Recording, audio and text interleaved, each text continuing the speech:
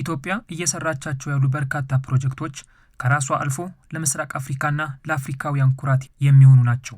ከዚህ ቀደም የህዳሴ ግድብ አጠናቃ ለጅቡቲ፣ ኬንያና ሱዳን የኤሌክትሪክ ኃይል አቅርቦት በማድረግ የምትሰራቸው ፕሮጀክቶች ከራሷ አልፎ ለአፍሪካውያን ትልቅ ጥቅም እንደሚሰጡ አሳይታለች። ለደቡብ ሱዳንና ታንዛኒያ የኤሌክትሪክ ኃይል ለመሸጥ በዝግጅት ላይም ትገኛለች። ኢትዮጵያ በአፍሪካ ውስጥ ጦርነት ማዋለድ ሳይሆን ጎረቤቶቿን የሚጠቅም ስራ በመስራት አቅሟን አስመልክታለች። ሀገሪቱ ቢሊዮን ዶላሮችን የምታወጣው የጦር መሳሪያ ለመግዛትና ቅጥረኛ ታጣቂዎችን ለማስታጠቅ አይደለም። ኢትዮጵያ ቢሊዮን ዶላሮችን የምታወጣው የዜጎቿን ህይወት የሚቀይር ፕሮጀክት ለመስራት ነው።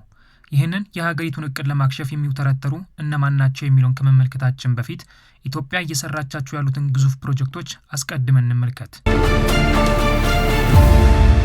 Ethiopia is pulling one of the biggest economic transformation projects witnessed on the continent of Africa in recent years. ኢትዮጵያ በቅርብ ዓመታት በአፍሪካ አህጉር ከታዩ ትልልቅ የኢኮኖሚ ትራንስፎርሜሽን ፕሮጀክቶችን አንዱን እየመራች ትገኛለች። ባለፉት 8 ዓመታት በአማካኝ የ7.5 በመቶ የሀገር ውስጥ ምርት እድገትን በማስመዝገብ ሀገሪቱ በዓለም አቀፍ ደረጃ ፈጣን የኢኮኖሚ እድገት ከሚያሳዩ ሀገራት ተርታ ተሰልፋለች። ይህ አስደናቂ የኢኮኖሚ አፈጻጸም በአጋጣሚ የመጣ አይደለም። በመሰረተ ልማት ላይ ኢንቨስት በማድረግ የኃይል አቅርቦትን በማሻሻል ኢንቨስትመንትን ለመሳብና የሀገሪቱን የኢኮኖሚ መሰረተ ልማት ለማጠናከር የተደረገ የታቀደ ጥረት ውጤት ቢሆን እንጂ ኢትዮጵያ እያከናወነቻቸው ያሉትን ግዙፍ የልማት ፕሮጀክቶች ሊወዳደር የሚችል ሀገር ጥቂት ነው። ኢትዮጵያ እየሰራቻቸው ካሉት ፕሮጀክቶች ውስጥ የሃይድሮ ኤሌክትሪክ ግድቦች፣ የኢንዱስትሪ ፓርኮች፣ ዘመናዊ የባቡር መስመሮች፣ የፍጥነት መንገዶችንና የከተማ ግንባታን ያካተቱ ናቸው።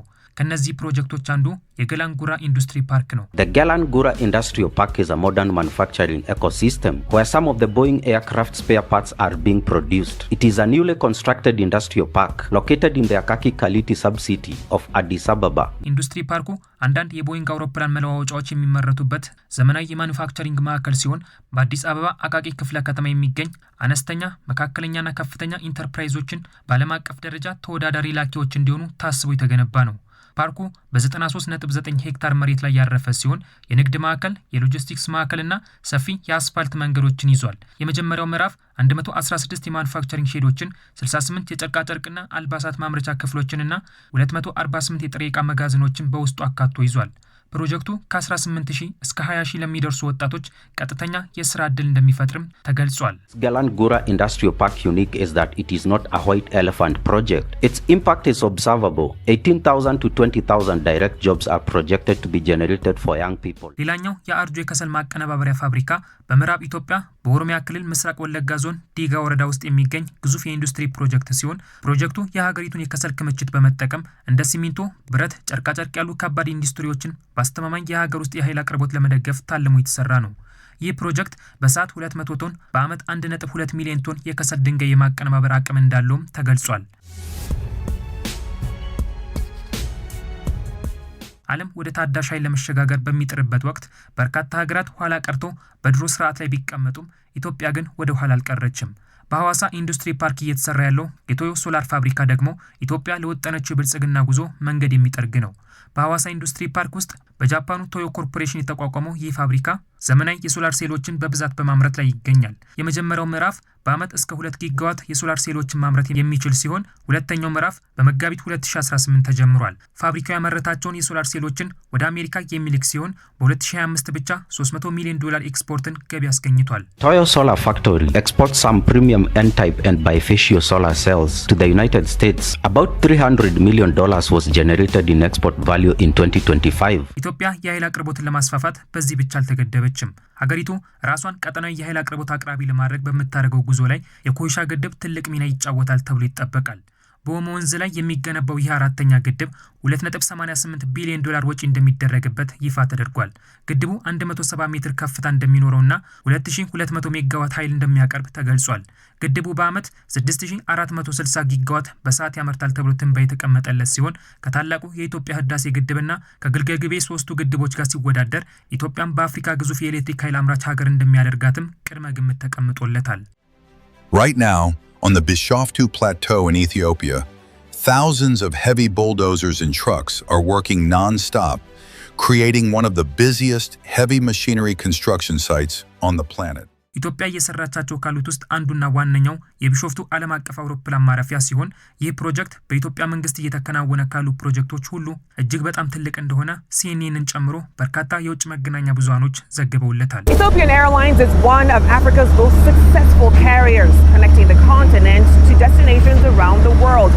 Now, it's planning its next major expansion, a new mega airport designed to accommodate future growth across Africa and the world. የአውሮፕላን ማረፊያ ግንባታው ተጠናቆ ሲያልቅ በአመት 110 ሚሊዮን መንገደኞችን የማስተናገድ አቅም የሚኖረው ሲሆን ከዱባይና አትላንታ አውሮፕላን ማረፊያዎች የበለጠ ሰፊ እንደሚሆን ተገልጿል። ፕሮጀክቱ በአንድ ጊዜ 270 አውሮፕላኖችን ማቆም የሚችል በመሆኑና 12.5 ቢሊዮን ዶላር የሚያወጣ በመሆኑ ኢትዮጵያውያን ከህዳሴ ግድቡ በመቀጠል በጉጉት የሚጠብቁት አየር ማረፊያ እንዲሆን አድርጎታል።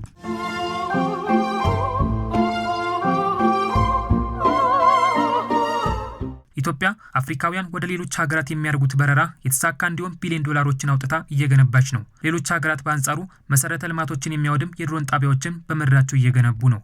በሱዳን በተከሰተው የእርስ በርስ ጦርነት ውስጥ ለአልቡርሃን ጦር ድጋፍ እያደረገችው እንደሆነ በውጭ መገናኛ ብዙሃኖች የፊት ገጽ ላይ ስትቀርብ የነበረችው ግብጽ ጦሩ በሱዳን ውስጥ ለሚያደርገው የእርስ በርስ ጦርነት የድሮን መንደርደሪያ ቦታዎችን ስትሰጥ ቆይታለች። Turkish-made combat drones stationed at a remote Egyptian airstrip. ኢትዮጵያ ለበርካታ የአፍሪካ ሀገራት ዜጎች የአየር በረራ ስልጠና ስትሰጥ እንደ ሻቢያ ያሉ መንግስት ነንባዮች የጎረቤት ሀገራት ወታደሮችን በማሰልጠን ዛሬም አሉ። የሆነ ሆኖ ኢትዮጵያ እድገቷን ለማፋጠን እንደ ኤትኖ ወርቅ ማዕድን ያሉ ፕሮጀክቶችን ቀርጻ ወደ ስራ ገብታለች። ሀገሪቱ ከግብርና ባለፈ የማዕድን ዘርፍን በፍጥነት እያሳደገች ትገኛለች። የኤትኖ ወርቅ ማዕድን ፕሮጀክት በጋምቤላ ክልል ዲማ ወረዳ ውስጥ የሚገኝ ሲሆን የወርቅ ማውጣቱን ስርዓት በማዘመን ህገወጥ ማዕድን ለገበያ እንዳይቀርብ ያደርጋል። ፋብሪካው በወር 113 ኪሎ ግራም ወርቅ እንደሚያመርትም ተገልጿል። ኢትዮጵያ የወርቅ ሀብቷን ለጦርነት አላዋለችም።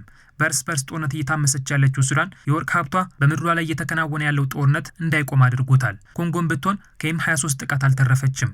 እንደ ህወሓት ያለ በኮንትሮባንድ መንገድ ህገወጥ የወርቅ ሽያጭ እያደረገ ያለ ህገወጥ ተቋም በወርቁ ገንዘብ ጦርነት ለመቀስቀስ ላይታች ሲል ይስተዋላል።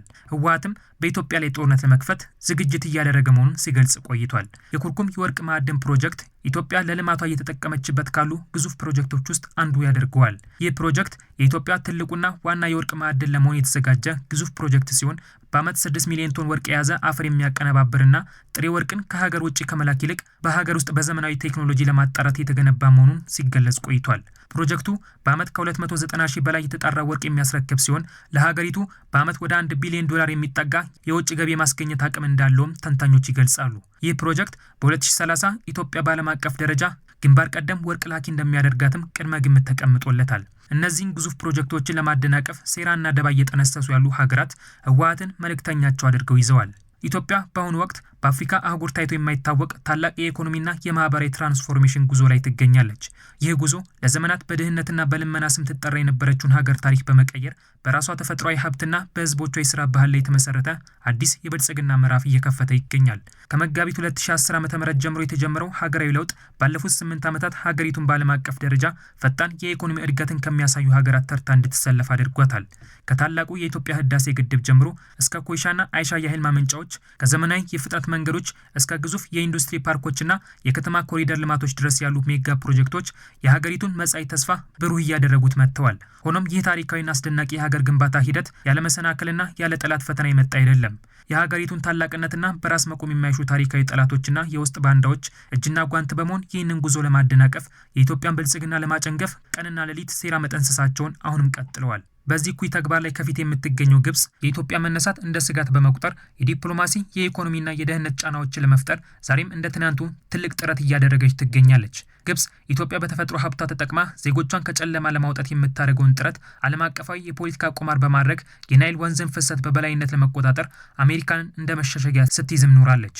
ኢትዮጵያ በምስራቅ አፍሪካ ቀጠናዊ የኃይልና የኢኮኖሚ መናኸሪያ ለመሆን የምታደርገውን ጥረት ለማደናቀፍ ግብጽ ከተለያዩ የጎረቤት ሀገራትና ከውስጥ አፍራሽ ኃይሎች ጋር ስትራቴጂካዊ ጥምረት ለመፍጠር ጥረት ማድረጓን ቀጥላለች። የሻቢያ መንግስት የኢትዮጵያን የውስጥ አንድነት የሚያናጉና በድንበር አካባቢ ያሉ ውጥረቶችን የሚያባብሱ አጀንዳዎችን በመደገፍ የሀገሪቱን ትኩረት ከልማት ፕሮጀክቶች ወደ መከላከያና ደህንነት ሰራዊቶች ለማዞር ሴራ መጠንሰሱን ዛሬም ተያይዞታል።